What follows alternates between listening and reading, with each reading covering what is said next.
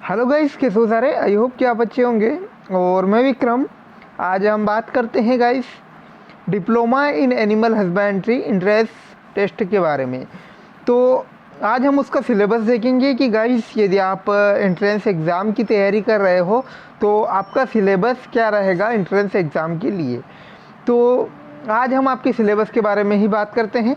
तो पहले हम जो आपका पेपर है उसकी जो रूपरेखा है उसके बारे में बात कर लेते हैं।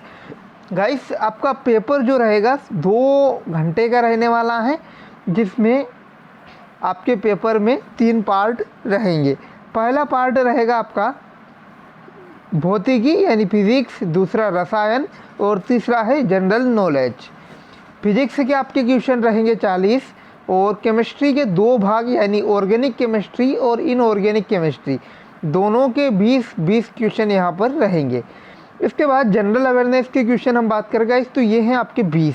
इस प्रकार आपके टोटल 100 क्वेश्चन रहेंगे यहाँ पर। और प्रत्येक जो क्वेश्चन है 1 नंबर का रहेगा, यानी आपका जो 100 नंबर का यहाँ पर आपका पूर्णांक रहेगा। और ध्यान रखिए गाइस कि आपके लिए यहाँ पर माइनस मार्किंग नहीं रहेगी। ठीक है गाइस, तो अब हम सिलेबस की ओर देखें तो सिलेबस आपका वही है, यानी 12th के नीचे यानी 12वीं के नीचे वाला जो सब सिलेबस है आपका फिजिक्स और केमिस्ट्री, उसमें से ही आपको आएगा। गाइस, यदि आप फ्रेश स्टूडेंट हो तो आपको पढ़ने में ज़्यादा परेशानी नहीं होगी, क्योंकि आपने जो 11th और 12th में फिजिक्स और केमिस्ट्री में पढ़ा हुआ है बस वही आपको यहाँ पर पढ़ना होगा।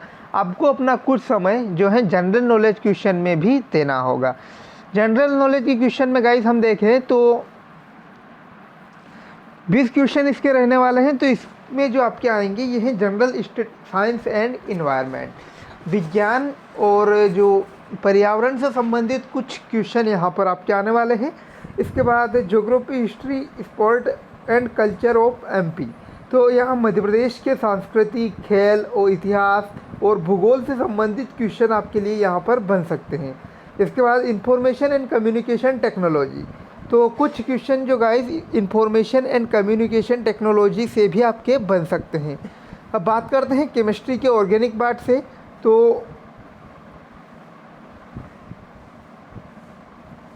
यहाँ पर आपकी है बायोमोलिक्यूल्स का classification, structure and biological importance of carbohydrates, amino acid, peptide, protein and enzyme,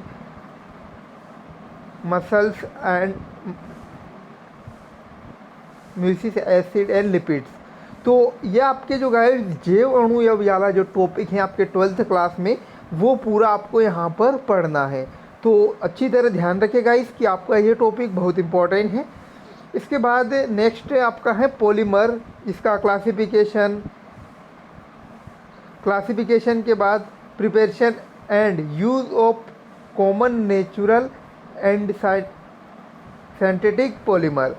तो ये आपका जो बहुलक वाला चैप्टर है गाइस, इसको आपको अच्छी तरह से पढ़ना है और ये भी आपके 12th क्लास में दिया हुआ है इसके बारे में। इसके बाद जो है कि brief account of the chemistry of cyanide, isocyanide, amine and nitrogen compound. तो ये गाइस आपका एमिनो वाला जो चैप्टर है ये भी आपके क्लास 12th के ऑर्गेनिक केमिस्ट्री वाला चैप्टर है। इसके बाद देखते हैं नेक्स्ट कि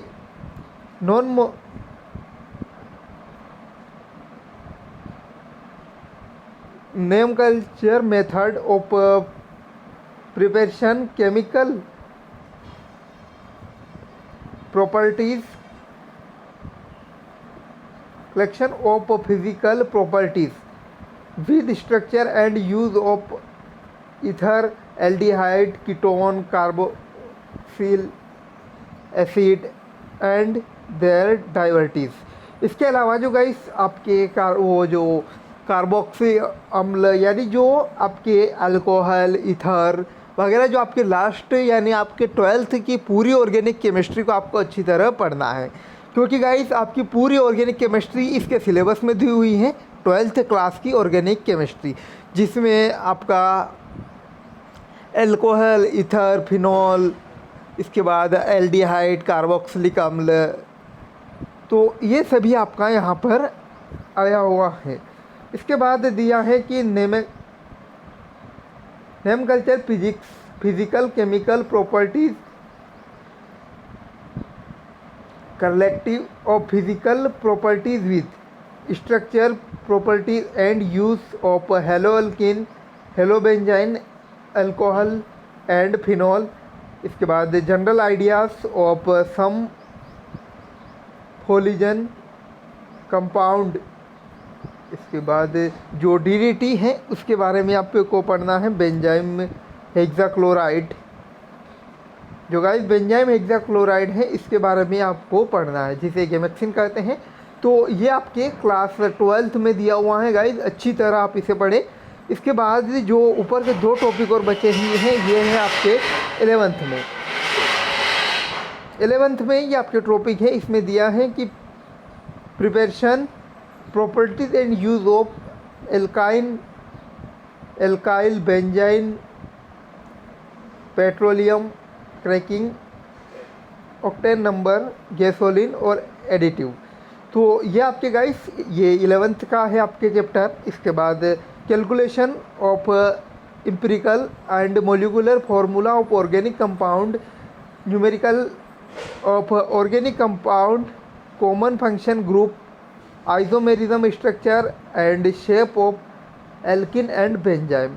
तो आपको यहाँ पर एल्किल और बेंजाइम का स्ट्रक्चर और उसके आकृति को समझाना है गाइस। और आपके जो IUPAC नाम आपको अच्छी तरह यहाँ पर क्लियर होना चाहिए, वो भी आपके यहाँ पर अच्छे क्वेश्चन के तौर पर बन सकते हैं आपके लिए। इसके लिए इनऑर्गेनिक केमिस्ट्री हम देखें गाइस, तो आपको इसमें कई जो चैप्टर हैं वो 12th क्लास से दिए हुए हैं। इसमें क्लासिफिकेशन एंड बॉन्डिंग ऑफ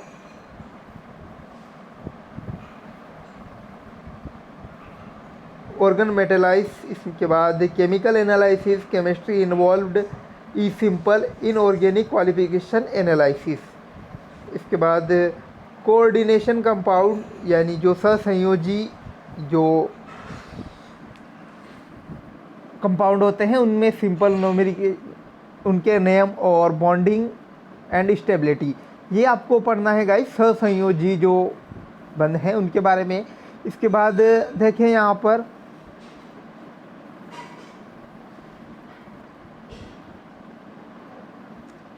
कि comparative study of element, comparative study for the following families of element. तो गाइस जो धातुओं के जो दिए हुए हैं आपको उन ग्रुप्स के बारे में स्टडी करना है। तो इसमें alkyl metal, alkyl earth metal यानी क्षार धातु, क्षारीय मृदा धातु, इसके बाद nitrogen family, oxygen family, halogen family और नोबेल गैस। तो आपको जो आवर्त सारणी है गाइस उनमें से इनके बारे में पढ़ना है। इसके बाद atomic and ionic radii valency,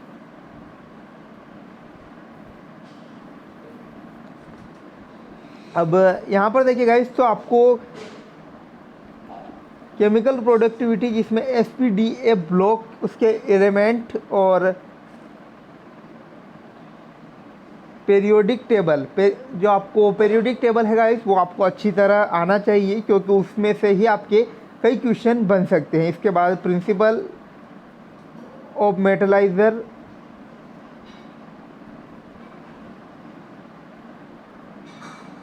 इसमें जो अब आपके अब धातु दी हुई है जैसे सोडियम, एल्यूमिनियम, कॉपर और जो आपकी सिल्वर, जिंक और PB जो धातु हैं इनके बारे में भी आपको स्टडीज़ करना है। अब जो बचा है गाइस हमारा जनरल और फिज़िकल केमिस्ट्री। जनरल और फिज़िकल केमिस्ट्री भी आपके यहाँ पर हैं, तो इसमें जो अणु परमाणु की स्ट्रक्चर वगैरह वो है, तो यहाँ पर आपको वो पढ़ना है। इसके बाद केमिकल बॉन्ड में आपको इलेक्ट्रोवलेंट बॉन्ड है, इसके बाद कॉन्वलेंट बॉन्ड एंड कोऑर्डिनेट जो बॉन्ड, इसके बाद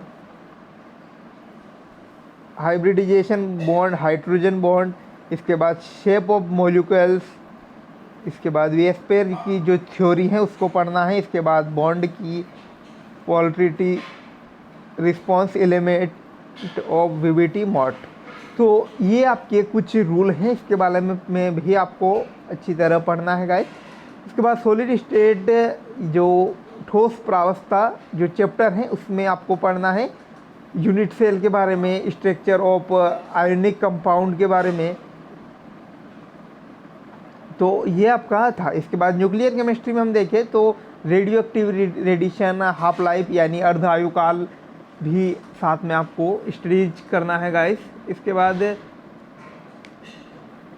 जो आपका 11th और 12th, ऐसा करो गाइस कि आपकी 11th और 12th की जो केमिस्ट्री है पूरी, यानी आपको पूरी, आपके पास अभी समय है तो फिज़िक्स और केमिस्ट्री आपको यहाँ पर पूरी कंप्लीट कर लीजिएगा, ताकि आपको ये सिलेबस पढ़ने की ज़रूरत नहीं रहेगी।